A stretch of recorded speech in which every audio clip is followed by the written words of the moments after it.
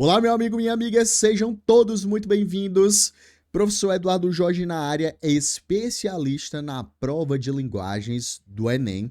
E um aviso rápido, se tu vai fazer o Enem 2025, eu vou te dizer uma coisa. Aqui na descrição ou no primeiro comentário fixado tem o link do nosso grupo da SRE, a Super Revisão Estratégica.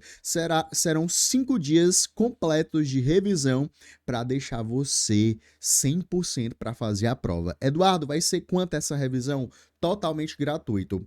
E logo após o segundo dia do Enem, nós teremos a Black Med Linguagens 2025. Então, já faz o seguinte, clica aqui ou na descrição ou no comentário fixado para você fazer parte do nosso grupo.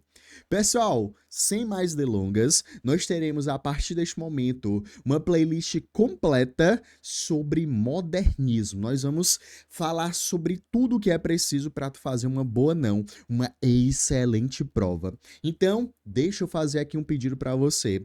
Como aqui nós somos uma comunidade, este canal só cresce se nós tivermos um jogo de mão dupla. Eu entregando o meu melhor, o máximo de conteúdo para vocês. E vocês fazem o quê? Deixa o like, se inscreve no canal e, claro, pessoal, divulga esse vídeo para os seus amigos, que isso ajuda demais. Então, a partir desse momento, eu quero te desejar uma excelente aula e tu vai aprender tudo de modernismo. Eduardo, quando nós falamos a respeito de poesia de 30, o que tem que estar na nossa mente? Vamos lá, vamos pensar aqui um pouquinho.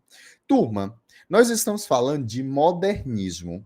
Ei, na aula passada, qual é a principal característica relacionada ao modernismo? O que o autor moderno traz consigo? Ele traz uma ideia de inovação, correto? Inovação.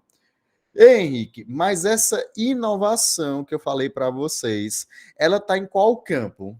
Ela está no campo, lógico, temático. Ei, os temas temático. O tema de um texto modernista tem que ser um tema solene? Não, pode ser um tema o quê? Cotidiano, beleza? Mas além da inovação no campo temático, nós temos uma inovação em qual campo? No campo estético. Aí nós temos lá a história de que a poesia, ela não precisa de rima, ela não precisa de métrica, ela não precisa nem mesmo ser feita na forma de quê? De versos. Opa, nós temos aí o que nós chamamos de experimentalismo estético.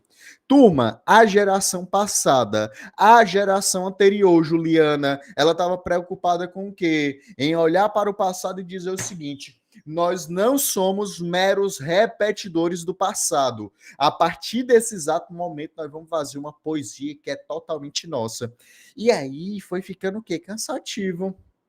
Era a galera que ficava todo o tempo batendo em cima, batendo contra o passado, lutando contra o passado. Ei, essa luta já foi o suficiente. Chega, de 22 até 1930 vocês só estão batendo contra o passado. Acabou, já foi, todo mundo já entendeu a proposta de vocês. É tipo aquela pessoa que só consegue conversar sobre uma coisa. Você chega para falar com ela, ei, e tal coisa. Ei, tal coisa. É que nem um flamenguista. O flamenguista só tava falando de quê? Da demissão do Tite, né? O flamenguista pode perceber que geralmente o assunto vai em torno de quem? Do Flamengo, beleza? Corintiano, da mesma maneira. São Paulino, sofredor. Ei, mas vamos lá, voltando aqui. Ei, nesse caso, a poesia, ela o quê? A poesia de 1930, a gente vai dizer que ela é uma poesia que já tem o quê? Maturidade. Eduardo, o que significa ser uma poesia com maturidade? Opa, significa que ela absorveu essa nova estética, essa nova possibilidade de produção, tá bom, Paulo?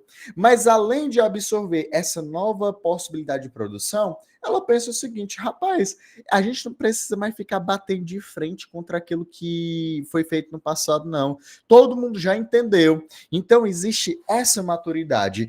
Então, não raramente tu vai pegar uma poesia, que essa poesia é o quê? Ela é com verso branco, ela é com verso livre, e no uma poesia seguinte, no mesmo livro, na mesma obra, tu vai encontrar uma poesia que ela é o quê? Que ela é ali mesmo feita com soneto, 4-4-3-3, tudo bem versificado, tudo muito bem metrificado, beleza?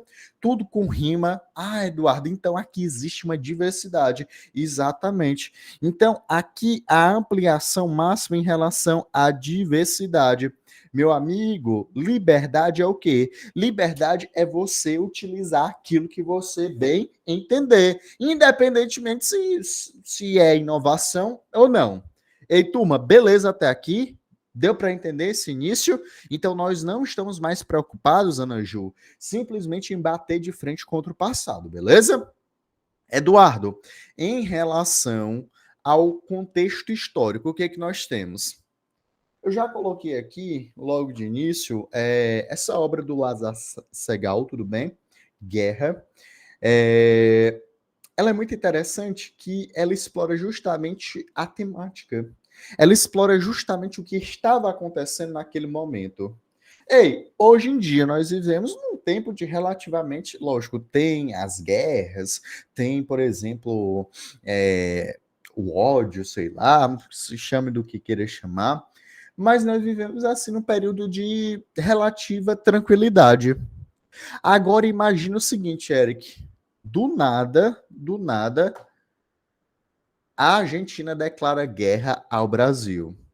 Rapaz, todo esse espírito de tranquilidade, todo esse espírito que nós temos de quê? De serenidade, se transformaria o quê? Em uma época de angústia. Eduardo, o que é que nós estamos vivendo dentro desse período? Tensões, meu amigo. A nível de economia, quebra da bolsa lá de Nova York em 1929, o craque da bolsa. Então a economia nada bem. A economia não vai bem, consequentemente, a população sente isso de uma forma muito impactante. Ou seja, o seu dinheiro não consegue comprar as coisas. No Brasil, Eduardo, temos, por exemplo, a Revolução de 1930, nós temos o Estado Novo posteriormente. Além disso, Eduardo, nós temos ali em 1939, correto? O Hitler, ele, no estopim da guerra, ele invade a Polônia, correto? Tem a deflagração da Segunda Guerra Mundial. Eduardo, então o que é que nós estamos enxergando nesse contexto? A barbárie humana, o preconceito, o desejo desmedido de poder, até onde a humanidade vai por poder. Turma, perceba, você começa a questionar o que é de fato o ser humano. Até onde o ser humano vai, até onde a racionalidade, até onde o sentimento ele é capaz de ir. Então, vamos lá, concorda comigo que o ser humano que está vivendo tudo isso daqui, ele é um ser humano o quê? Angustiado, correto? Eduardo, não tem como você viver num cenário de guerra e de instabilidade e viver tudo bem. É diferente do que nós trabalhamos lá onde? Lá no romantismo, lá na o quê? Principalmente ali na época da Belle Époque, que a vida é boêmia, a vida é legal. Ei, nada disso. Agora nós estamos o quê? Com um sentimento de angústia. Só que esse sentimento de angústia, Duda, ele pode ser caracterizado, ele pode ser. Você pode colocar essa angústia de duas maneiras. Como é que o poeta pensou, Mariana? Como é que os poetas dessa geração pensaram? Meu amigo, primeira coisa, eu não posso ir lutar em uma guerra. A minha única arma é o quê? A minha única arma é a caneta. A caneta, a tinta e o papel. Pois eu vou utilizar a caneta, a tinta, o papel, a poesia como um instrumento de modificação social. E nisso nasce o quê? Uma poesia com uma preocupação social. Essa poesia com preocupação social, a gente chama ela de quê? Engajada. Então nós temos aqui uma poesia que é engajada. Mas não menos importante, Marina, os poetas dessa época estão pensando o seguinte, meu amigo, tu já pensou acontecendo toda essa barbárie no mundo?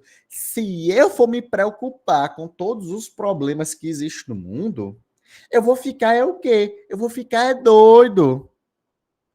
Eu não vou conseguir chegar no amanhã, então vou cuidar o que da minha parte psicológica.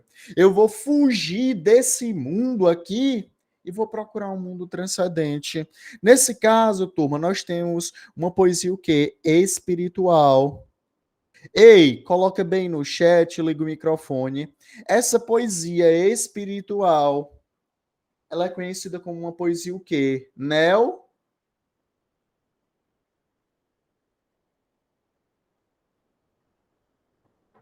Cadê? Vocês estão me ouvindo? Será que... Isso, perfeito. Neossimbolista, exatamente. Eduardo, principal representante da poesia engajada. Qual poeta que eu não posso esquecer em relação ao engajamento, Luísa? Quem é? Carlos Drummond de Andrade. Eduardo, principal poeta em relação à poesia espiritual. Cecília Meirelles. Pronto. Então, eu vou dizer para você que quando nós falamos a respeito de segunda geração do modernismo, poesia de 1930, você olha para dois polos. Um polo representado pelo Drummond e o outro polo representado pelo quem? Pelo Drummond e o outro pela Cecília. Misticismo, Cecília Meirelles. Consciência social, quem? Carlos Drummond de Andrade. Lógico, os outros autores, ora seguem uma sequência, ora seguem outra. Beleza? E aí nós temos também o desfecho lá em 1945, em agosto de 45, o lançamento das bombas atômicas, que isso causou o quê? Justamente uma tensão. Foi a última fronteira daquilo que é ético ou não. A arte, turma, ela vai o quê? Ela vai justamente assumir essa postura intimista perante o horror e a destruição. Turma, tudo entendido até agora? Tudo beleza? Vamos lá. Eduardo, então quando nós falamos, por exemplo, a respeito de segunda geração do modernismo, poesia, quem é que abre o caminho? Drummond, beleza? Com a obra Alguma Poesia. E aí, turma, quando eu falo a respeito da segunda geração, é a geração de quem? Da maturidade. O que significa isso? Ei, eu vou me dedicar a refletir sobre as coisas que estão acontecendo no mundo. Só que em nenhum momento eu vou falar o quê? Ah, aquilo que foi conquistado na primeira geração não vai me servir mais. Não, eles não falam isso. Perceba, tudo é modernismo. Me aproveito daquilo que foi conquistado na primeira geração e me utilizo também de outras ferramentas. Ou seja, eu estou bebendo água de várias fontes, tá bom? Então, segunda geração, geração de quem dá maturidade. Eduardo, o que é que nós temos nessa segunda geração?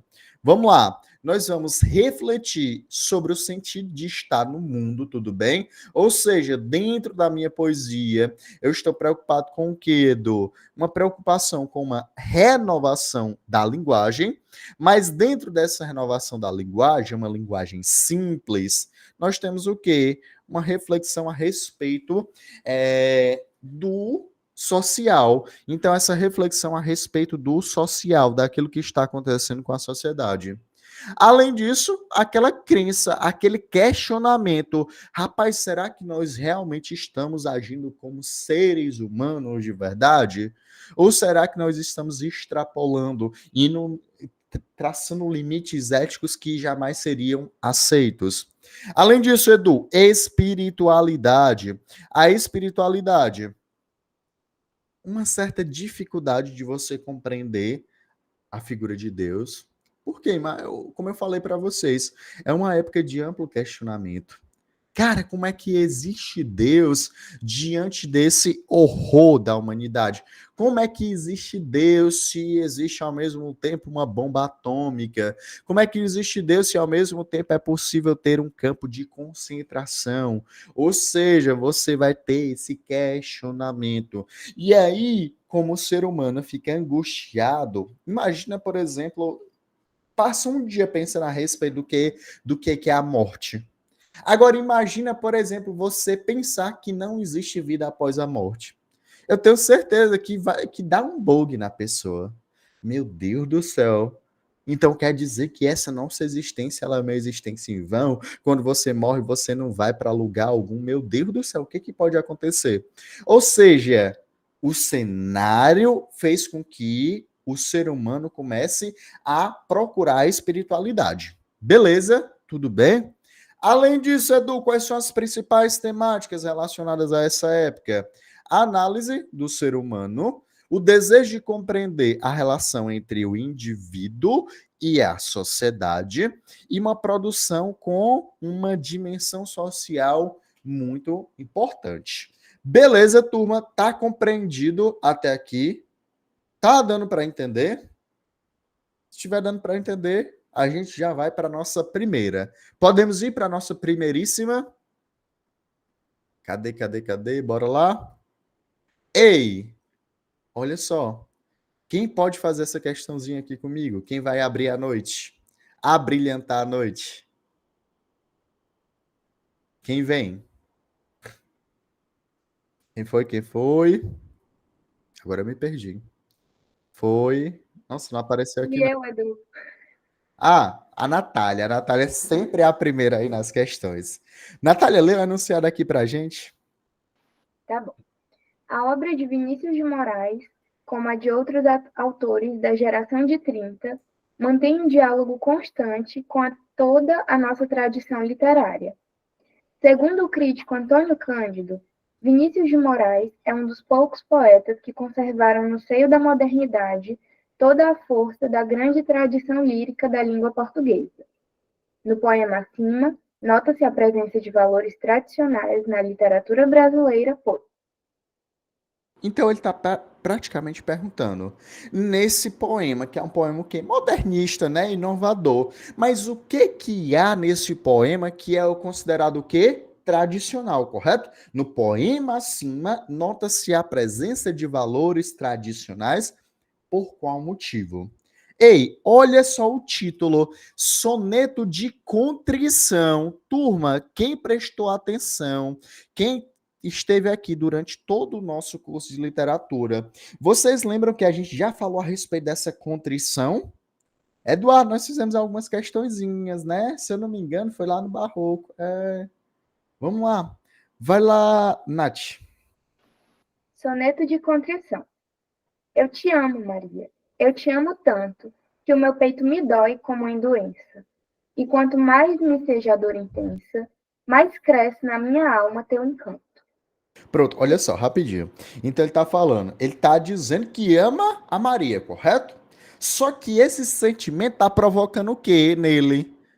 Dói, não é? Dói como se fosse uma doença. Aí você já fica pensando, olha aqui, Natália, se dói como uma doença, aparentemente é ruim.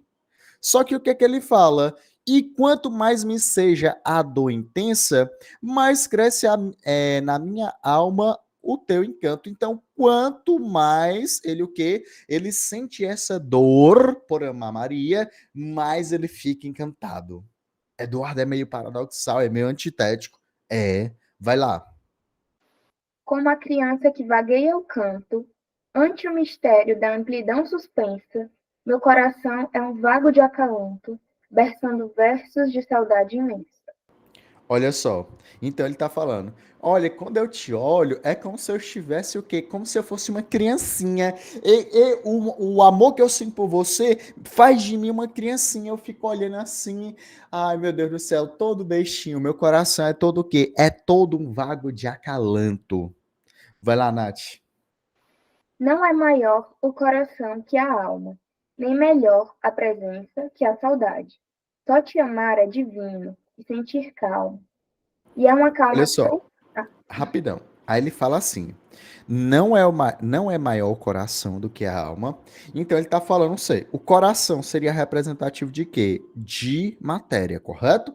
E a alma, Eduardo, da parte espiritual. Ele está dizendo que o coração, ele não é maior do que a alma. Não, não é isso. Nem é melhor do que a presença. Olha, se você acha que estar presente, juntinho, agarradinho, é melhor do que a saudade, não. Para um amor ser legal, tem que ter o quê? Tem que ter um equilíbrio entre a presença e a saudade. Eduardo, como assim? Ei, vamos pensar. Imagine o seguinte: tu começa a namorar com uma pessoa e não apenas namorar, vocês são vizinhos. Vocês moram um colado no outro, aí no apartamento do lado. Aí tu vive na casa dele, ele vive na tua casa. começa a fazer o quê? Convivência. Ei, junto com a convivência, Ana Clara, junto com a convivência, Mara, Duda, vem o quê? Às vezes vem aquela sensação de que, meu Deus do céu, não aguento mais essa pessoa. Eduardo, significa que você não ama a pessoa? Não. Mas a convivência às vezes dá vontade de você o quê? Eu vou matar esse indivíduo maléfico. Ei, às vezes não dá vontade? Dá vontade, tu. Mas isso é só o quê? Só no pensamento. Você não deixa esses pensamentos intrusivos saírem da sua mente, beleza? Então ele está falando o seguinte: a presença ela é importante, mas a saudade ela é importante para quê? Para você entender que esse amor ele existe. A saudade ela faz parte para te lembrar, para que você dê valor ao sentimento. Vai lá, Nath. E é uma calma tão feita de humildade, que tão mais te soubesse pertencida, menos seria eterna em tua vida. Olha como é que ele finaliza esse poema. E isso me traz o quê? Uma calma. O teu amor me traz uma calma. Só que quanto mais eu soubesse que você é minha, menos seria o quê? Eterno em tua vida. Ou seja, é um amor o quê? É um amor que não tem aquela necessidade de dizer de posse. É aquele amor que não tem aquela necessidade de estar juntinho o tempo todo. É aquele amor que comunga o quê? Que comunga a presença e a saudade. É aquele amor que está no plano material, que precisa, lógico, do material, mas vive também no plano espiritual. Aí ele está perguntando para a gente o que tem dentro desse poema que comunga com a tradição literária. Letra A.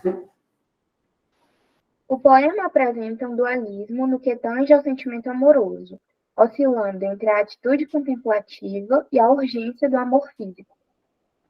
Ele oscila entre a contemplação e a urgência do amor físico. Ele tem uma urgência pelo amor físico. Existe essa necessidade, essa urgência? Não, Não. né? Quando ele fala aqui em urgência, tá? Falso. Letra B.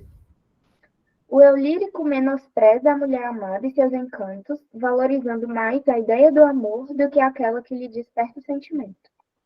Olha só, ele valoriza de fato a ideia do amor, mas ele não despreza o ser amado dele. Ei, é mais ou menos o seguinte: ele só se sente bem com o sentimento de amar. A amada dele, né, pode jogar ela no lixo. Ei, não é assim não, calma lá, vamos com calma. Então ele não menospreza, beleza? Ele sabe da importância. Letra C. O sentimento amoroso é diminuído diante da saudade da mulher amada, conformando-se o eu lírico com a ausência do alvo de seu amor. Ei, vamos lá, vamos para a vida real.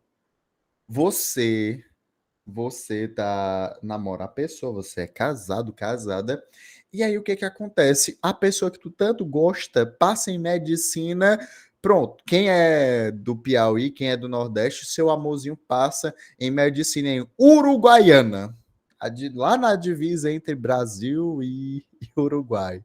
Aí tu vai ver a pessoa uma vez por ano. Ei, turma, a saudade vai diminuir aqui o teu sentimento amoroso, ou tu fica doido, meu Deus do céu, preciso ver a minha pessoa amada.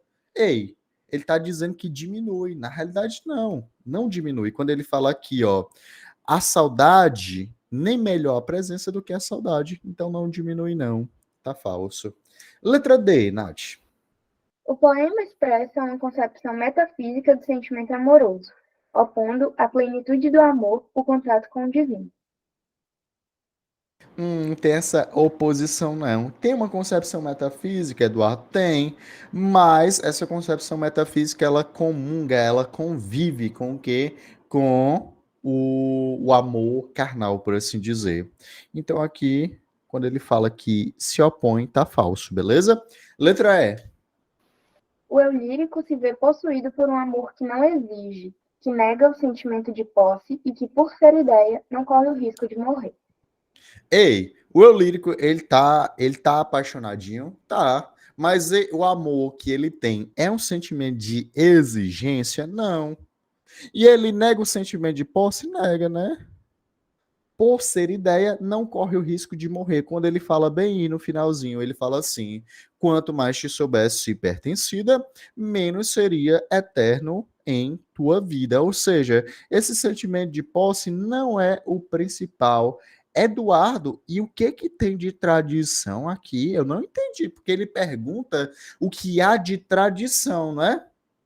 O que que há de tradição? Ei, vamos lembrar. Camões.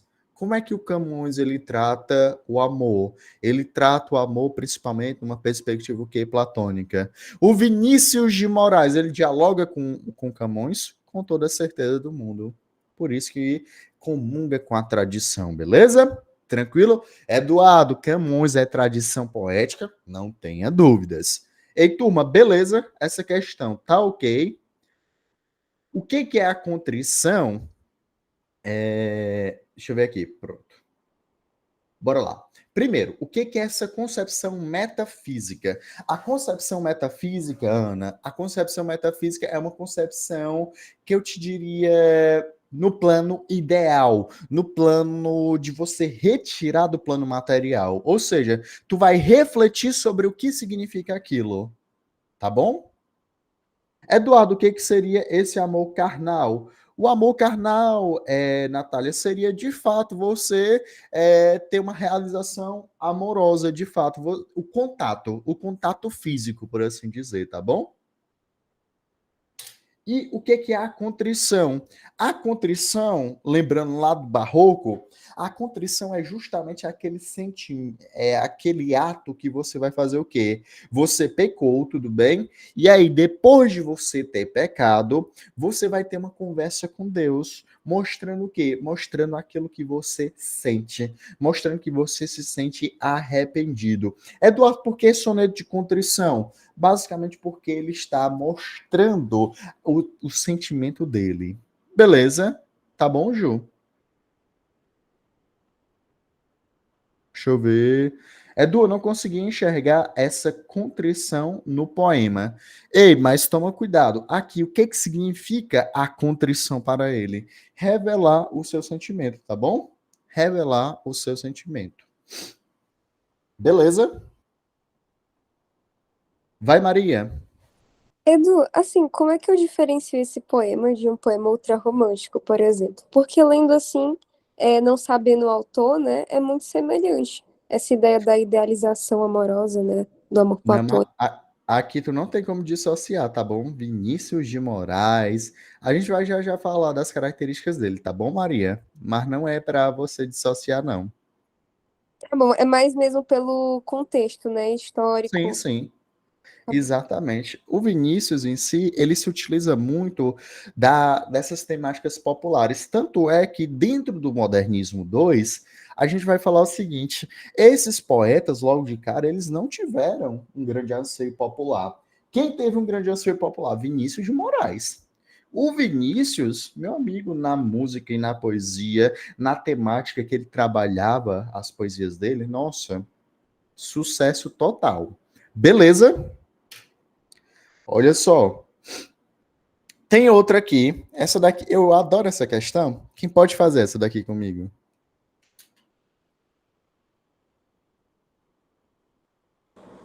Propósito, Edu. Bora, Maria. Vamos.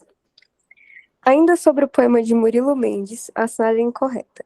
O eu poético, aí o Pronto. poema. Ele quer a incorreta, beleza? Bora lá. Olha só. O título do poema, Modinha do Empregado de Banco. Ei, o que que tu entende desse título, Maria? Quando tu Mas, olha para o título desse. Edu, não entendo muita coisa, não. Não faço ideia. Modinha, eu acho que é um tipo de canção, não? Será? Eu não sei. Quando Eu alguém acho. chega e fala assim, nossa, Maria, tá tão modinha, significa o quê? Vixe, eu nem sei o que significa. Cadê meu povo? Não é da época de vocês, não, essa gíria? Tá seguindo a Significa modinha. você faz um padrão, É você segue isso. algo que é estereotipado. E pronto. Então ele vai falar, olha só, ele vai falar daquele que é comum, beleza? Do empregado de banco. Vai lá, Maria. Ah, sim. Eu sou triste como um prático de farmácia. Sou quase tão triste como o homem que usa costeletas. Passo o dia inteiro pensando nos carinhos de mulher. Mas sou o tec-tec das máquinas de escrever. Lá fora. Rapidão, rapidão. Olha só. Então ele tá dizendo, olha, já começa provocando o outro. Eu sou tão triste quanto o farmacêutico. Eu sou tão triste. Aí ele fala o seguinte, mas eu sou quase tão triste quanto o homem que usa costeletas. Para ele, para o Murilo Mendes, quem usa costeletas é o quê? É a definição total de tristeza. Rapaz, debochado, né? Ele tá lá o dia inteiro, Maria Fernanda, no banco, só que ele só fica ouvindo o quê? O tec-tec das máquinas de escrever. Ei, ao invés de fazer o trabalho dele, ele fica o quê? Ele fica viajando na maionese, beleza? Ok? Vai lá. Lá fora chove e a estátua de Floriano fica linda. Quantas meninas pela vida fora? E eu alinhando no papel as fortunas dos outros. Se eu tivesse estes contos, punha a andar a roda da imaginação nos caminhos do mundo. Olha aqui, Maria. Então ele fala assim, ó. Eita, rapaz. Ele olha para a janela e ele vê que lá fora tá chovendo. Aí ele já pensa assim, rapaz, eu podia estar lá fora, mas eu tô aqui nessa desgraça desse banco. Oh, coisa chata. Eu tô aqui alinhando no papel as fortunas dos outros. Eu tô cuidando do dinheiro dos outros. Se eu tivesse esse dinheiro que os outros têm, o que que eu tava fazendo? Meu amigo, eu tava era curtindo a vida. Eu tava era colocando a roda da imaginação nos caminhos do mundo. E o que significa colocar a roda da imaginação nos caminhos do mundo? Significa pegar aquilo que tu tem de sonho, de ideia e materializar. Eduardo, meu sonho é, por exemplo, viajar da Austrália para a Europa, para o continente asiático, passar o mundo todinho aí, ó, viajando. Isso daí é botar a roda da imaginação para andar, tudo bem? Vai lá. E os fregueses do banco, que não fazem nada com estes contos. Chocam outros contos para não fazerem nada com eles. Também, se o diretor tivesse a minha imaginação, o banco já não existiria mais e eu estaria em outro lugar. Então ele tá falando. E esses malditos desses clientes, ao invés de fazer alguma coisa com o dinheiro deles, eles fazem o quê? Só vão colocando cada vez mais o quê? Dinheiro, dinheiro, dinheiro e acumulando para dizer, eu tenho. Mas ainda bem, né? Porque se eu fosse o quê? Se o diretor do banco tivesse a minha imaginação, o banco já estaria, era o quê? Falido. Ei, qual a modinha mesmo do empregado de banco? Me fala. É estar lá no trabalho dele pensando em fazer outra coisa da vida. Então ele quer a incorreta, né? Letra A. Edu, rapidinho, aí seria uma poesia prosaica, né? Sim, bastante, né? Tá. Totalmente. Letra A. Questiona o acúmulo de dinheiro na sociedade capitalista, objeto que existe como um meio, não um fim. Ele questiona, ele faz esse questionamento. Esse pessoal Não, fica só juntando os contos. Faz, né? Então aqui tá verdadeiro. Ele quer meu a Deus, falsa. eu não percebi. Ah, é verdade. Ele Verdade. fala, ó. Ele fala aqui, ó. E os fregueses do banco que não fazem nada com esses contos. Ou seja, é utilizado como é um objeto que existe como um meio, não como um fim. Ou seja, ele é mais importante ter do que fazer alguma coisa com ele. Letra B. Lastima o fato de os fregueses do banco estarem preocupados em multiplicar a fortuna, não usufruir a vida. Ele faz isso? E os fregueses do banco que não fazem nada com estes contos? Lastima. Aqui tá verdadeiro. Letra C. Considera os contos chocando. Calma. Considera os contos chocando e o alinhamento da fortuna alheia os responsáveis pela sua dúvida existencial. E aí, turma, verdadeiro ou falso? Considera os contos chocando e o alinhamento da fortuna alheia os responsáveis pela sua dúvida existencial. Ei, deixa essa stand-by, deixa ela. Letra D. Tem sua roda da imaginação para funcionar quando se refere aos carrinhos de mulher, a chuva e as meninas. Ei, o que é mesmo botar a roda da imaginação para girar? É pensar naquilo que ele poderia estar fazendo, correto? Quando ele pensa, nossa, eu tô aqui nesse banco, lá fora tá chovendo, eu queria muito era um carinho de mulher, um beijo, eu queria era estar brincando naquela chuva, olha aquelas meninas. Ei, isso daí é colocar a roda da imaginação para funcionar? É, tá verdadeiro. Letra E. Deixa subentendida uma oposição entre o ter capitalista e o querer poético. E aí, turma, de incorreta, vocês iriam de letra C ou de letra E? E aí? Eu ia de C. Rapaz. Ana Clara de C também. Maria, tu iria de quê? De C também, Edu. Eu percebi essa oposição entre o ter capitalista e o querer poético. Pronto. O que é o ter capitalista? É ele ter dinheiro, correto? E o que é o querer poético? Botar a roda da imaginação para girar. Ei, o que seria? Se ele tivesse dinheiro, se ele tivesse dinheiro, ele estaria no banco? Não. Então, por que o querer poético dele não o quê? Não é acionado? Porque ele não tem dinheiro. Então, isso daqui está verdadeiro. Eduardo, ele está dizendo que na letra C que considera os contos chocando e o alinhamento da fortuna alheia os responsáveis pela sua dúvida existencial. Vamos aqui comigo. Por que ele está... O que é a modinha do empregado de banco? É ele estar justamente num local que ele não gostaria de estar. É ele se sentir dissociado do ambiente que ele vive. Então, nesse caso, olha só, o problema é o dinheiro dos outros? Não. O problema é dele. O problema é o eu se sentir dissociado do ambiente que ele vive. Por isso, turma, que a letra C, a incorreta vai ser o nosso gabarito, tá bom? Então, letra C. O real problema é o quê? É um problema de identidade. E não um problema necessariamente de trabalho. Beleza? Tudo bem? O erro da letra C? O erro da letra C, Juliana, é porque o problema, a angústia dele, a dúvida existencial dele é com o eu. É ele estar em um local, é ele estar triste por estar em um local que ele não queria. A letra C está falando que ele está triste porque ele tem que trabalhar com o dinheiro dos outros. Ele tá. Vamos lá. Imagine o seguinte: mesmo que ele tivesse que trabalhar com o dinheiro dos outros, mas ele pudesse realizar os sonhos dele, ele estaria triste? Não. Então o problema dele é o quê? É estar em um ambiente que naquele momento não traz nenhuma sensação de agrado para ele, tá bom? Então por isso que a letra C, ela tá errada. Não é os contos chocando e o alinhamento da fortuna alheia, mas sim ele ter uma crise de identidade. Beleza? Olha só, turma, além disso, vamos falar aqui mais especificamente em relação à linguagem utilizada nessa segunda geração.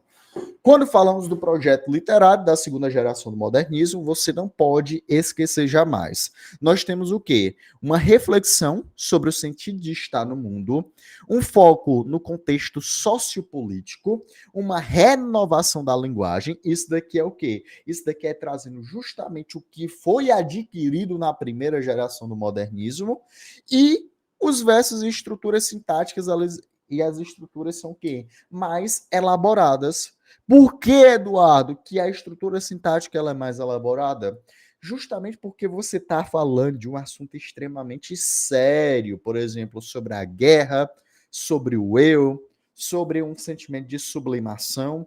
Então, nesse caso, você tem o ideal de liberdade aqui, como eu disse para vocês. O que é liberdade?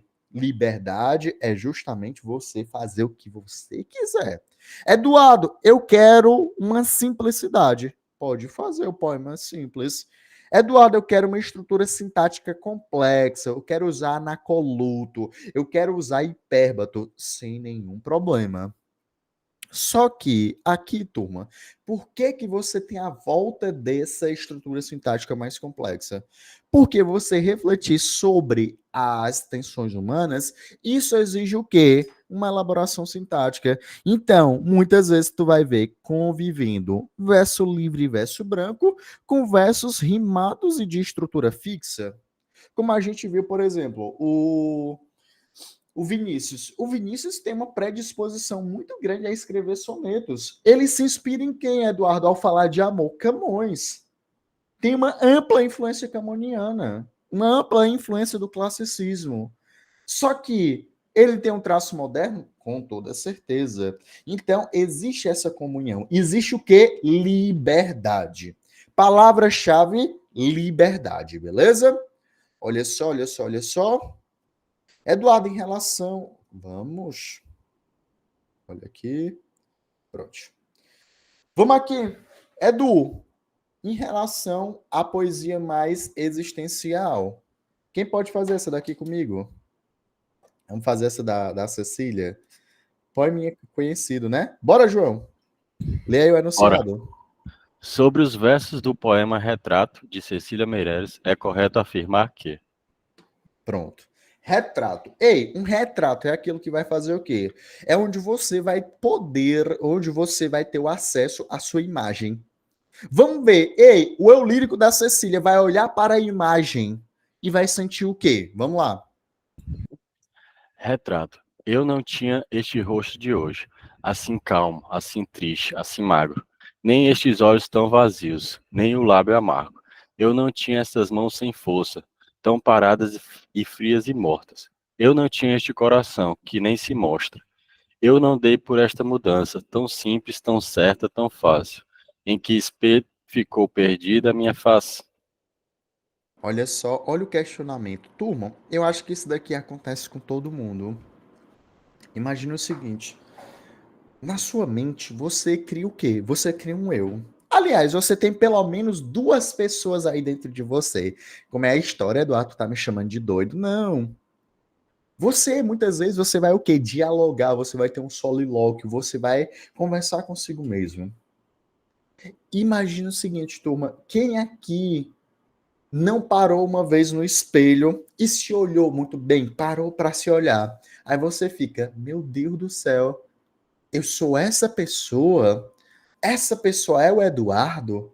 Essa pessoa é a Natália? É o João? É a Luísa? Meu Deus do céu. É o mesmo processo que ela está sofrendo aqui nesse poema. Ela olha para a sua imagem e ao olhar para a sua imagem ela fica o quê? Espantada. E o espanto é principalmente por conta de quê? Toma pela passagem do tempo, não é? Meu amigo, eu não tinha esse rosto triste, magro, calmo, os olhos vazios, o lábio amargo. Eu não tinha essas mãos, e essas mãos que não tem nem o quê? Não tem nem força. Parada, fria, morta. Este coração de gelo, de pedra que nem se mostra. Ei, mas quem foi o culpado por isso? O tempo. Às vezes, por exemplo, ela coloca aí, lógico, a mudança física, mas a mudança psicológica também, na psique. Esse coração que nem se mostra. Às vezes, você o quê? Se é adolescente, você se apaixona fácil, você é bestinha, meu Deus do céu, eu tô apaixonado. Tempos depois, às vezes, o tempo vai te mostrando que não é tão prudente ser assim. E às vezes tu não consegue mais nem mostrar o teu sentimento.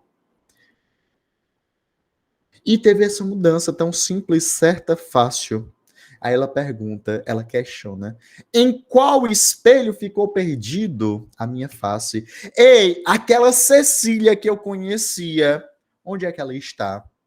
Então é correto afirmar o quê? Letra A, João. O poema traz referência à perda de todos os sentidos humanos, ocasionada pelo envelhecimento. Ei, ele tá dizendo assim, que ela tá surda, cega, não tem mais o tato. É isso? Não. Não, né? Então aqui, ei, ela não tá com, ela tá assim, meu Deus do céu, não tô conseguindo nem mais enxergar nesse espelho. Não é isso, tá bom? Letra B. A visão do eu lírico oscila entre o pessimismo e o otimismo ante a efemeridade do tempo. Ei, ela tá ora pessimista, ora otimista? Não, né? Não existe essa oscilação de caráter tímico. Ela tá meio que preocupada. Onde é que foi parar a minha face? Então, aqui você não tem essa oscilação de categoria tímica. Letra C. O tom melancólico se desfaz no 10º verso, quando o eu lírico constata a inevitabilidade da transformação física. Deixa eu ver. 4, 8, 9, 10. Tão simples, tão certa, tão fácil. Ei, o tom melancólico se desfez? Não, não se desfez. Então isso daqui tá falso. Letra D. O eu lírico sente-se perplexo diante da consciência tardia das mudanças trazidas pela passagem do tempo. Ei, em que espelho ficou perdida a minha face? Temos isso, Eduardo? Temos isso. Então aqui um questionamento a respeito de quem? A respeito do eu, beleza? Letra E. O eu poético assume uma postura de resignação perante os males do mundo. Henrique, Maria Fernanda, Juliana. Se ela fosse resignada, como seria esse poema? Eu citei o Henrique, a Maria, a Ju, mas para todo mundo essa pergunta. Repete, Edu, por favor. Ó, se ela fosse resignada, como é que seria esse poema? Ela não ficaria surpresa com a mudança. Ela olharia para a mudança e falaria o quê, Henrique? Não, é assim mesmo. A vida é assim. Conformada, né? Cara, eu envelheci, faz parte. É o jogo. Aqui não, ela tá. Meu Deus do céu, onde é que ficou perdida a minha face, pelo amor de Deus? Então já guarda aí. O que é resignado? Resignado seria justamente uma acomodação em relação ao que ela vê, tá bom? Beleza? E João, obrigado, viu? Show de bola, João. Próxima questão. Quem faz a próxima questão? Drummans. Deixa eu ver. Edu, eu tenho dúvida no slide anterior. Você poderia dar um exemplo de seleção simples de palavras, mas com rebuscamento sintático? Na minha cabeça, se tem uma estrutura sintática rebuscada, as palavras também seriam. Não. Vamos lá. Vamos pegar aqui, por exemplo. Deixa eu tentar ver se eu coloquei alguma questãozinha com isso. Pronto, olha só. Amar o perdido deixa confundido este coração. Nada pode o ouvido contra o sem sentido, o apelo do não. As coisas tangíveis tornam-se insensíveis à palma da mão, mas as coisas findas, muito mais lindas, essas ficarão. O que está acontecendo aqui? Por exemplo, olha nesses primeiros versos. Amar o perdido deixa confundido este coração. Aqui nós temos o quê? Se bem que isso daqui não foi o melhor exemplo. Deixa eu tentar aqui. Eu acho que esse bem aqui. Cadê?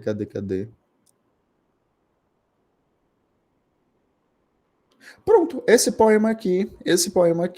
Eu sou tão triste quanto prático de farmácia. Eu sou quase tão triste como um homem que usa costeletas. Passo o dia inteiro pensando nos carinhos de mulher. Mas só o tec-tec das máquinas de escrever. E os fregueses do banco que nada fazem com esses contos, chocam outros contos para não fazerem nada com eles.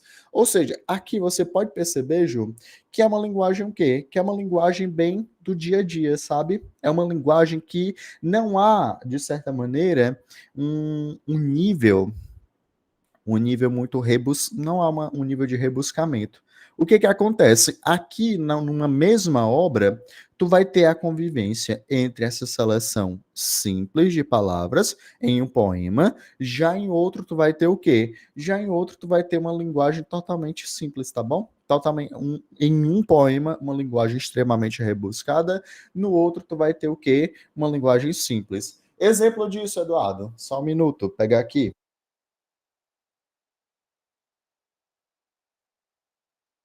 Exemplo disso é uma antologia poética do Vinícius de Moraes. O que acontece? Tu vai ter aqui, por exemplo, um soneto do amor maior. Ora, tu vai ter o quê? Um poema enjoadinho. Ou seja, dentro da mesma obra, Ju, tu vai ter o quê? Tu vai ter essa diferenciação entre ora rebuscado, entre ora o quê? Simplicidade, tá bom? Ei, Edu, em relação aos autores. Principal autor. Ei, Drummond. O Drummond, ele é o principal representante de qual vertente? Espiritual ou engajada? Engajado. Isso, exatamente. Mas olha só, o Drummond, turma, não tem como a gente falar dele como se ele fosse apenas engajado, tá bom? Porque ele é um autor que ele é um autor singular da nossa literatura. Ele é um autor extraordinário, ele é um autor que tem uma característica única. Aqui basicamente eu reuni 5 elementos que representam a poesia dele, beleza? Toda a poesia dele. Vamos lá, primeira coisa, ele é o poeta do finito da matéria. Eduardo, o que significa isso? Lá nos seus primeiros poemas, como eu falei para você, lá em Alguma Poesia, há uma grande controvérsia. Se ele iria o quê? Aderir aos novos valores estéticos, se esses novos valores estéticos lá da primeira geração, esses valores eles eram válidos, ou só não passava de quê? De um desrespeito da nova geração de poetas. Então, olha só o que eu estou dizendo para vocês, que aqui nós temos uma tendência o quê? Uma tendência metalinguística, uma tendência de quê? De questionamento a respeito da própria poesia, beleza? Então, lá em Alguma Poesia, no início da produção poética dele, você vai ter esse questionamento, porque nós estamos ali no momento de transição, beleza? Eduardo, em mundo, vasto mundo, se eu me chamasse o quê? Raimundo, seria uma rima e não uma solução.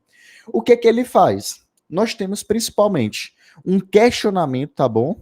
Do sentido da vocação literária e da função do poeta, ou seja, nós temos aqui uma questão de quê? De engajamento, ou seja, Eduardo, você pode se utilizar da caneta, do papel, da poesia, para tentar resolver os problemas do mundo. Você não tem muito, mas o pouco que você tem, você consegue fazer alguma coisa. Além disso, existe uma dificuldade ampla de entender o que são de fato os sentimentos. Ei, o sentimento é o quê? O sentimento é algo muito difícil de você conseguir compreender. Vamos lá, vamos falar, por exemplo, aqui de amor. Amor, quando você pensa que está controlando, ele quem te controla. E não menos importante, turma, aqui você tem também poemas em relação à importância da família, principalmente da vida o quê? Da vida que ele teve em Itabira, correto? Então ele vai voltar aqui lá para o período da infância, ou seja, são poemas com um certo teor autobiográfico, beleza? Então vamos lá, até aqui. Nós temos poemas do Drummond que falam a respeito de quê? Do próprio fazer poético. Nós temos poemas que questionam o quê? A vocação literária, o sentido da literatura. Nós temos poemas que falam a respeito do sentimento e fazem um questionamento desse sentimento. Nós temos poemas que fazem evocação à própria história do autor. Além disso, o tempo para ele, o tempo é minha matéria. Ei, eu não serei o poeta de um mundo quê? De um mundo futuro. E nem mesmo eu vou ficar cantando o passado. Eu não serei o poeta de um mundo taciturno, passado. Também eu não vou ser aquele poeta que vai ficar pensando lá na frente, não. Ei, o meu tempo é o quê? É o presente. Nós vamos de mãos dadas. Eduardo, o que ele representa dentro desse poema? Sentimento de angústia, tá bom? Sentimento de que você olha para o mundo e vê que o mundo está se destruindo em guerra. Vamos utilizar a poesia como um meio de engajamento político. Não menos importante, qual a atitude dele em relação a isso? Uma atitude pessimista, de saber que o mundo realmente, o ser humano, ele tem uma atitude péssima. Mas não menos importante, ele ao mesmo tempo é resignado. Ou seja, ele sabe que muitas vezes não vai ter jeito. Que a sociedade ela é assim, desse jeito mesmo. E por mais que ele tente, a sua força não é suficiente. Olha só. Não menos importante, nós temos um exercício de reflexão.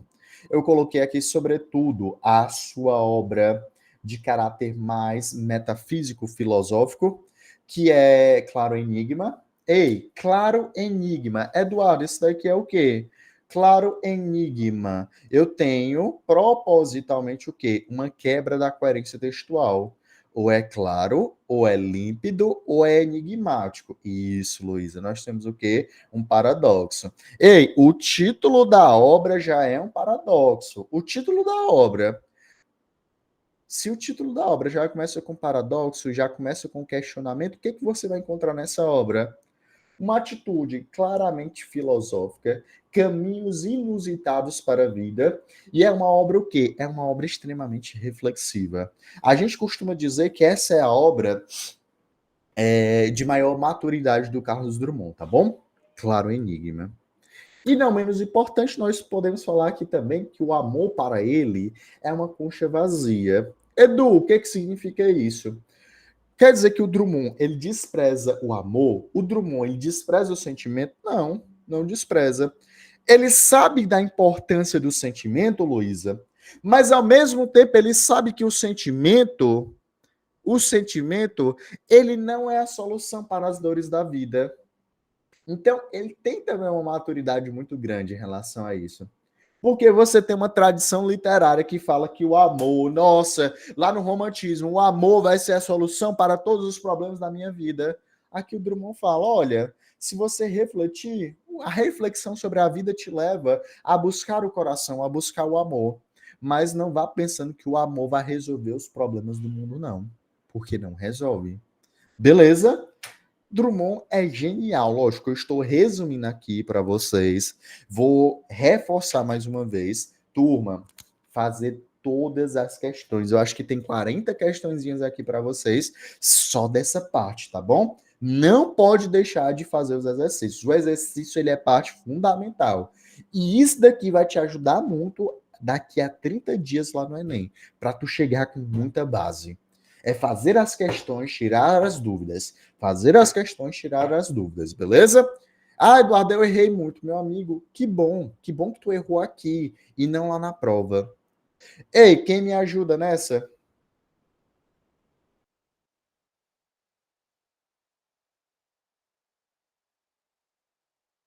Ah, pensar que. Vamos lá, né? Meu Deus, Bora, pensei que vocês tinham se intrigado comigo. tá doida? Estamos aqui. Heloísa, as questões, elas estão naquela apostila, tá bom? De literatura. Tá na apostilazinha de literatura, tá bom? Estão sim na plataforma. Assim que tu abrir o módulo de literatura, aí na hora que tu abrir o módulo de literatura, tá lá, tá bom? Vai lá, Anju. Sobre esse texto, é correto dizer que Pronto, é um texto de onde? É um texto de claro enigma. Ei, ele vai falar a respeito de quê, Ana Ju? Ele vai falar a respeito do que é a memória. O que é a memória para o Drummond? Vai lá. amar o perdido, deixa confundido este coração. Nada pode ouvido contra o sem sentido. Apelo do não. As coisas tangíveis tornam-se insensíveis à palma da mão. Mas as coisas findas, muito mais que lindas, essas ficarão. Esse poema é lindo, né? Esse poema é Bonita lindo. mesmo. Ele está falando a respeito da memória. Eduardo, o que vai ficar na nossa memória? O que a gente vai levar? Ele fala o seguinte: amar o perdido deixa confundido este coração. Ei, amar às vezes, me dedicar às vezes a alguma coisa que eu sei que vai passar, me deixa meio o quê? Me deixa meio confundido. Meu Deus, será que eu me dedico mesmo a realizar essa ação? Nada pode ao ouvido. Ei, não é ouvido a orelha, não. É ouvido no sentido de esquecimento, de olvidar, tá bom? Nada pode o esquecimento contra o sem sentido apelo do não. Ei, às vezes você ouve um não na sua vida. Você ouve o quê? Você tem um esquecimento. Você vive algo e lá na frente você esquece. Ei, nada pode o esquecimento contra o sem sentido apelo do não. Às vezes na nossa vida a gente tá vivendo o quê? Um não. Isso daí tu esquece.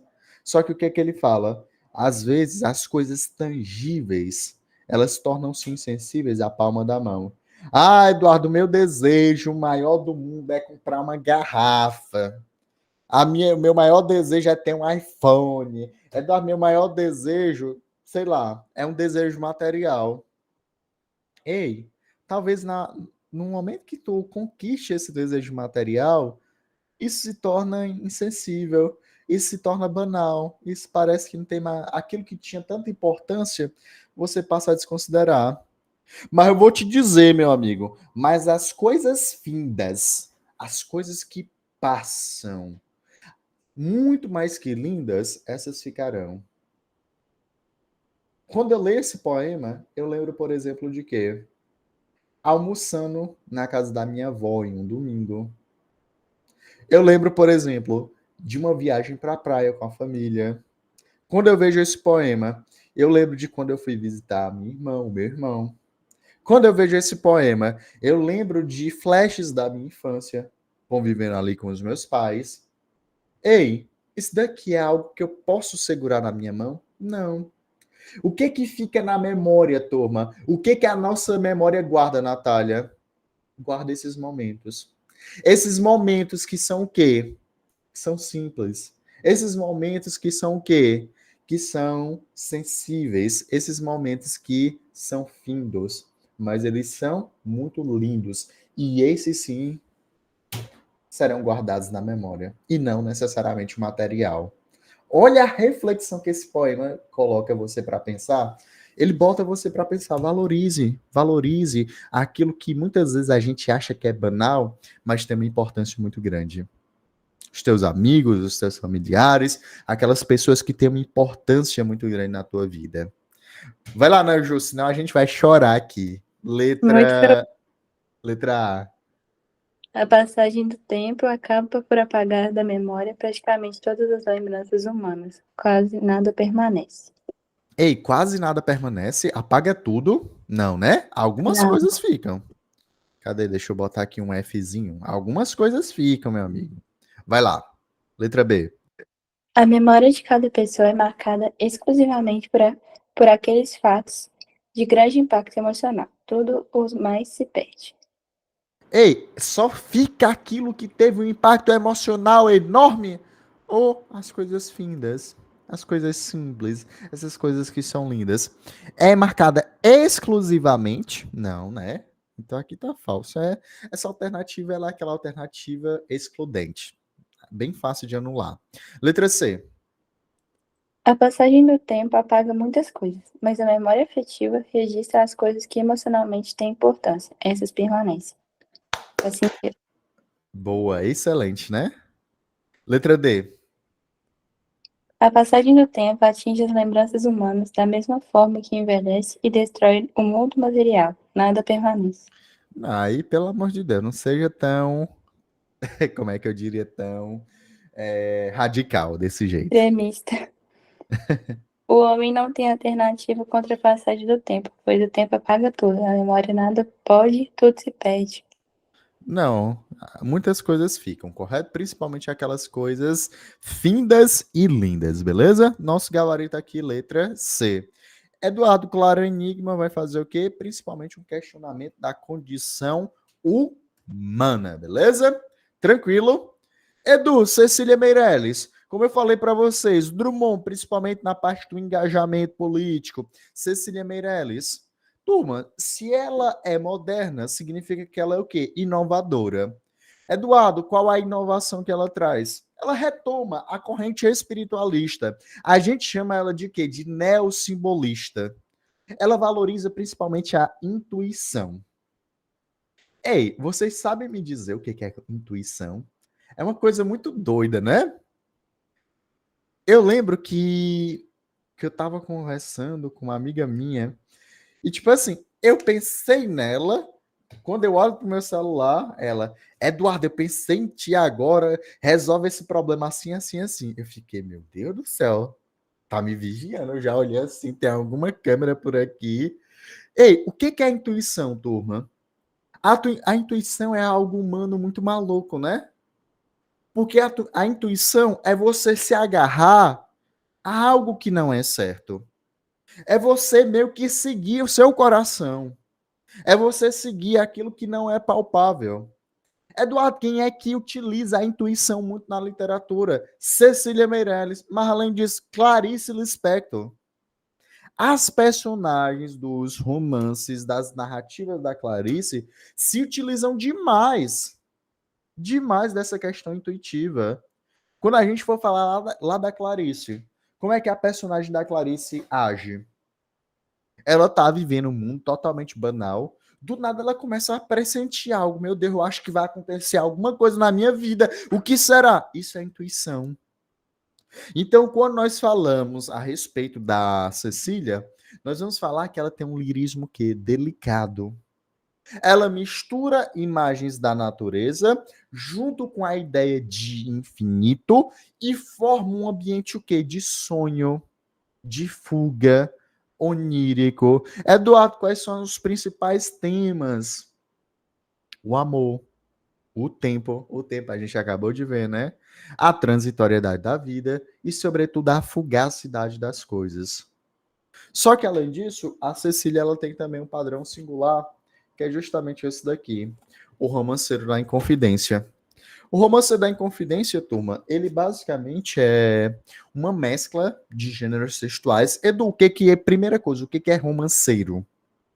É a obra dela. Romanceiro é uma narrativa de caráter popular, uma narrativa de caráter oral. Eduardo, o que que nós vamos ter nesse romanceiro da Inconfidência? Inconfidência, Confidência Mineira, vai ser uma reconstrução histórica e poética dessa Inconfidência Mineira. Para vocês terem uma ideia, para ela escrever essa obra aqui, ela passou 12 anos pesquisando. 12 anos de pesquisa. E dentro dessa obra nós temos o quê? Os romances. Nós temos o quê? Nós temos os cenários e nós temos as falas. Eduardo, romance, por mais que esteja sendo contado na forma de verso, é como se fosse de fato uma história, uma narrativa. É uma narrativa, beleza? Eduardo, além disso, os cenários. Ei, cenário, tipologia predominante, descritiva. E as falas, Eduardo? A fala é o narrador conversando com ou uma personagem ou conversando com o próprio o quê? O eu lírico conversa com o próprio interlocutor, o próprio leitor. Então é uma obra de quê? De reconstrução histórica. Ao final dessa obra, Eduardo, o que que você consegue imaginar? O que que você consegue levar? Como se fosse justamente uma reconstrução de como as pessoas foram para Minas Gerais, de como as pessoas foram parar em Vila Rica, de como as pessoas trabalhavam e interagiam com o ouro. Ela apresenta o sentimento humano de muita ganância, apresenta os sentimentos idealistas, os valores da Inconfidência Mineira e apresenta, sobretudo, três figuras históricas. Ei, Cláudio Manuel da Costa, Tomás Antônio Gonzaga e um rapazinho chamado Tiradentes. Só que o Tiradentes ele não é apresentado como uma pessoa idealizada, como foi lá no caso do romantismo. Ele é apresentado de uma maneira serena, sóbria, que é modernismo, nacionalismo crítico, beleza? Então, tem até uma parte interessante. Eu não vou me estender, não. Porque essa obra aqui, eu estou trabalhando ela no vestibular da UEMA, aí os seus detalhes dela eu vou querer contar aqui para você, mas eu vou ser bem sintético. Tem, inclusive, um poema lá que ela traça o Tiradentes menino, ele está sentado na capela, e aí ele fala: olha, Nossa Senhora da Piedade, tem aí 5 garotos sentados, rezando, pedindo perdão. E só um desses 5 garotos, só uma dessas 5 crianças vai ser levada à forca. Tende piedade da alma. Ou seja, ela meio que, por mais que ela peça piedade, ela mostra que o ser humano, o ser humano é malvado, o ser humano é cruel. Por mais que ela ative a divindade, não adianta. Ele meio que está com o destino traçado, beleza? Tranquilo? Então, Romanceiro da Inconfidência conta a história da Inconfidência Mineira. Recria de maneira poética, beleza? Além disso, Eduardo, bora lá. Olha só, quem pode resolver essa daqui comigo?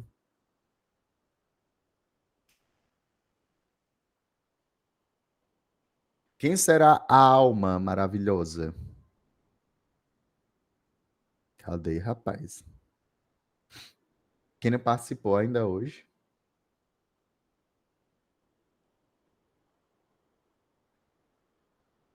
Se ninguém vai, eu vou. Bora lá. Nesse caso, fala o seguinte, turma, essa questão. A poesia de Cecília Meirelles constitui esboço de quadros metafísicos. Pronto. O que é um esboço de quadro metafísico, Eduardo? É justamente essa fugacidade. O que pode ser comprovado no texto por meio de quê? Ele está perguntando basicamente por que esse texto é um texto que metafísico. Bora lá. Começa assim. Venturosa de sonhar-te, a minha sombra me deito. Ei, o que é venturosa, Eduardo? Sorte. Então, a sorte minha de sonhar-te, a minha sombra me deito. Teu rosto por toda parte, mas amor só no meu peito. Então, eu te vejo em todos os instantes, em toda parte, só que amor só reside onde? Dentro do meu peito. Barqueiro, que céu tão leve, barqueiro, que mar parado. Barqueiro, que enigma breve, o sonho de ter amado. Então ela tá falando que o amor é o quê? O amor, muitas vezes, ela fala com esse barqueiro, né? Muitas vezes vai ser o quê? Leve, parado, breve, só que é um sonho. Amar é viver um sonho.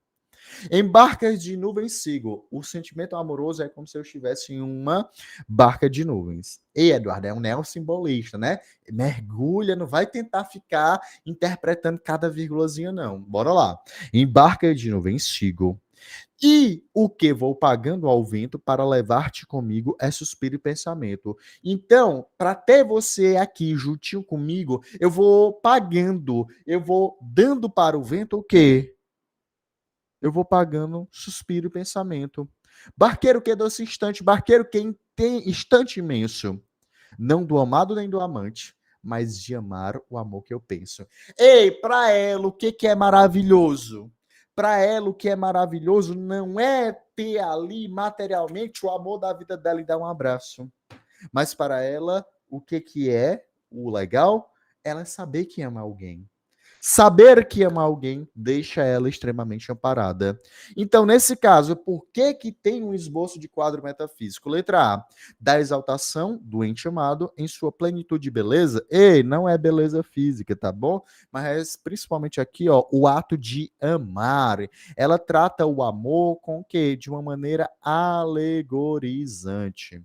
Letra B, do sofrimento causado? Não, ela não está sofrendo. Palavra que singulariza a alternativa sofrimento. Não. Letra C, da nostalgia. O que é nostalgia? É um olhar para o passado. Ei, ela está olhando para o passado? Não, Eduardo, ela não está mostrando o passado aí para ninguém, não. Letra D, então esse daqui está falso. Letra D, de uma experiência reflexiva do sujeito poético a respeito do amor como ideia. Eduardo, isso daqui torna o amor metafísico com toda a certeza do mundo. Letra D. Letra E, de versos predominantemente descritivos e de uma paisagem estática que reflete o íntimo do sujeito lírico. Turma, os versos são o quê? Tipicamente descritivos? Não, né? Ela tá o quê? Ela tá mudando a sua postura.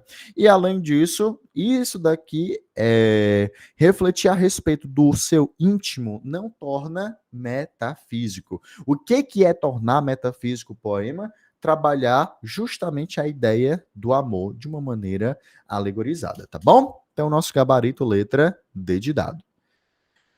Turma, Vinícius de Moraes, como eu falei para vocês. Ei, mas a gente termina já já, tá bom?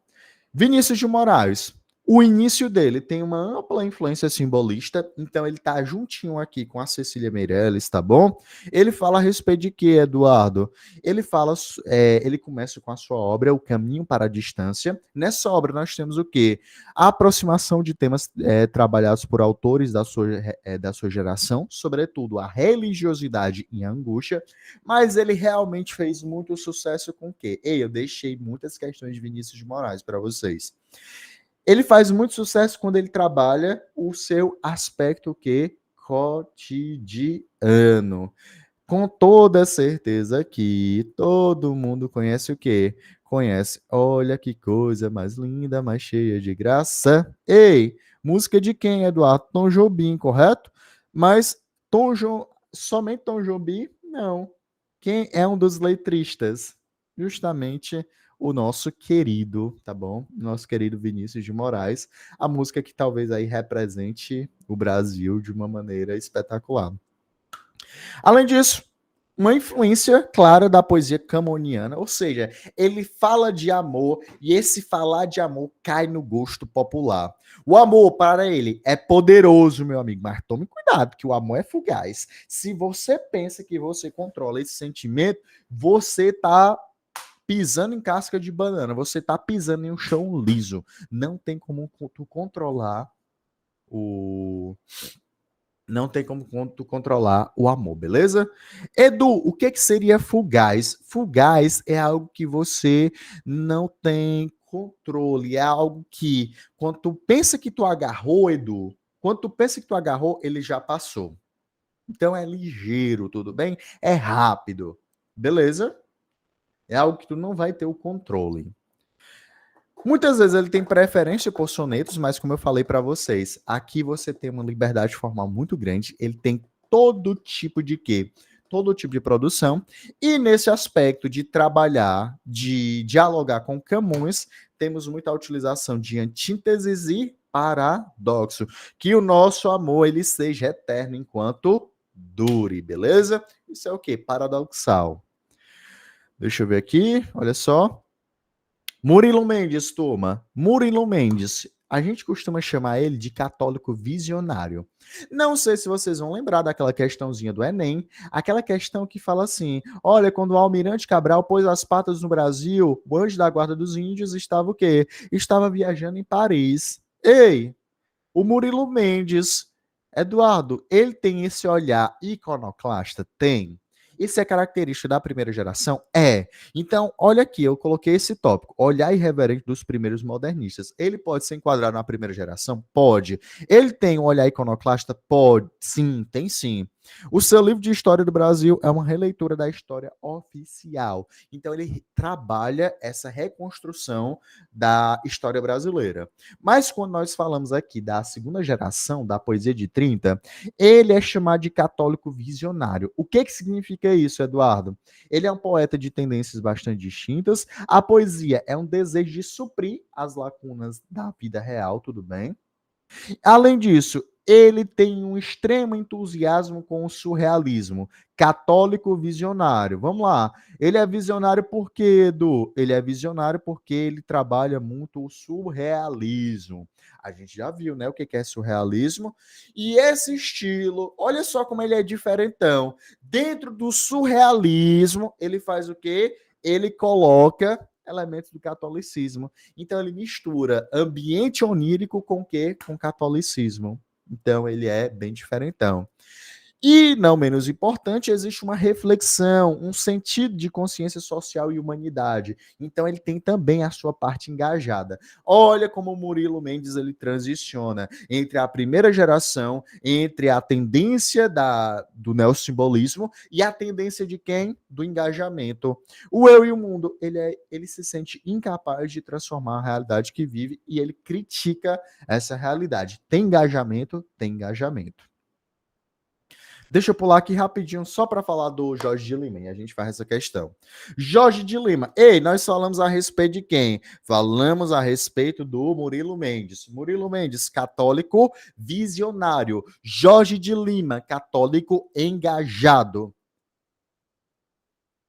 Talvez ele seja um dos poetas mais católicos que passou já pela nossa literatura. Abre aspas, restauremos a poesia em Cristo. Então, para ele, a poesia era o quê? Era justamente um sinônimo de falar a respeito, de propagar os ideais católicos.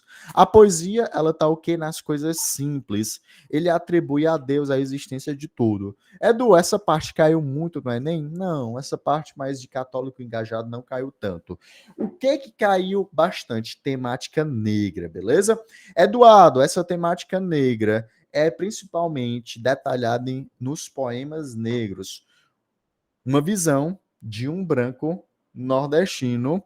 E o que vai acontecer nessa obra? Basicamente, essa obra vai denunciar o preconceito profundo que é disfarçado na sociedade brasileira.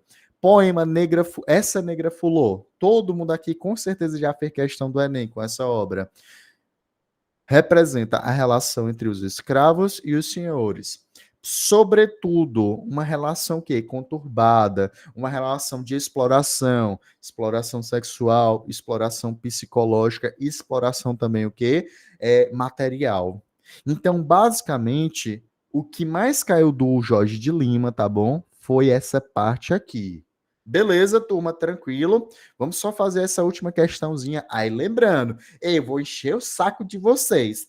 Tem 40 questõezinhas só sobre poemas esperando por vocês, tá bom? Então não me decepcione, pelo amor de Deus. Vou cobrar de vocês. Bora lá. Última questãozinha de hoje. O texto exemplifica a seguinte afirmativa a respeito da obra de Murilo Mendes. Bora lá. Somos todos poetas. Olha o que ele fala. Assisto em mim um desdobrar de planos. As mãos vêm, os olhos ouvem, o cérebro se move, a luz desce das origens através dos tempos e caminha desde já na frente dos meus sucessores. Companheiro, eu sou tu, sou membro do teu corpo e adulto da tua alma. Sou todos e sou um. Sou responsável pela lepra do leproso e pela órbita vazia do cego, pelos gritos isolados que não entraram no couro. Sou responsável pelas auroras que não se levantam e pela angústia que cresce dia a dia. Ei, olha só, turma, somos todos poetas. Ei, como é que o poeta enxerga o mundo? O poeta, ele enxerga o quê? Ele enxerga o mundo como desdobrar de planos. O poeta enxerga o mundo. As mãos, elas fazem o quê? Veem. Eduardo, as mãos, elas deveriam sentir. Os olhos, eles fazem o quê? Eles ouvem. O cérebro, ele faz o quê? Se move. Eduardo, tá uma mistura doida. A luz desce das origens através dos tempos e caminha desde já, na frente dos meus sucessores. Companheiro, eu sou tu, sou membro do teu corpo e adulto da tua alma. Sou todos e sou um. Eu sou responsável pela lepra do leproso. Ei, eu sou responsável, eu sou a doença de quem? Do doente. Eu sou o quê? A órbita vazia do cego. Ei, eu sou a culpa pela cegueira. Eu sou o quê? Os gritos isolados que não entraram no coro. Eu sou aquilo que faz falta. Ele está dizendo o seguinte, que o poeta, ele consegue o quê? Ele consegue captar o mundo, Ana Ju, onde ninguém mais consegue. Letra A. O estranhamento provocado por metáforas inusitadas instaura uma simbologia especial. Turma, essas metáforas que ele utilizou, tem uma simbologia especial por trás dela? Tem, não é? Tá ok. Letra B. O componente religioso e tom confessional são características de seus poemas. Ei, o tom religioso e tom confessional. Tivemos aqui tom religioso? Não. Aqui, isso daqui está até verdadeiro, correto? Ele é o que nós chamamos de católico o quê? De católico visionário, mas não foi o caso. Letra C. A estrutura rimada, planos, tempos, move... Não, rimada não. Tá falso. Letra D. A temática de cunho social. Cunho social, nada, rapaz. Aqui não tem nada de social. E letra E, a ironia de seus textos apoia-se na cuidadosa escolha de palavras de cunho erudito. Na realidade, não são palavras de cunho erudito. E nesse caso não foi ironia, tá bom? Essa ironia, ela tem a ver com a primeira geração, a parte iconoclasta, beleza? Vai lá, Luísa.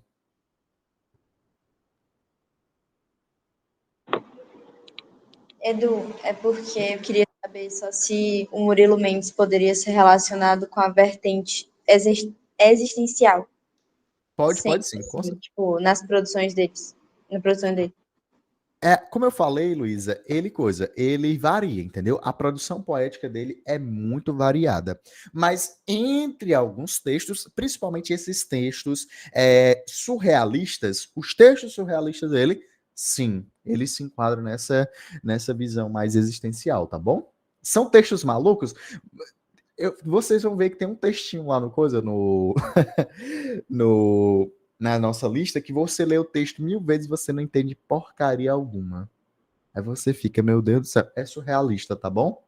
Ele realmente vai além do que é palpável. Beleza? Turminha, pois esta é a nossa aula de hoje, tá bom? Só relembrando, quando falamos a respeito da segunda geração do modernismo, na poesia de 30, nós temos o quê? Nós utilizamos aquilo que foi aprendido na primeira geração, mas nós vamos trazer o quê? Sobretudo, engajamento e espiritualidade por conta daquilo que está acontecendo no mundo. Principais representantes que nós temos: Drummond, Cecília, Murilo Mendes, Jorge de Lima e Vinícius de Moraes. Beleza, turma?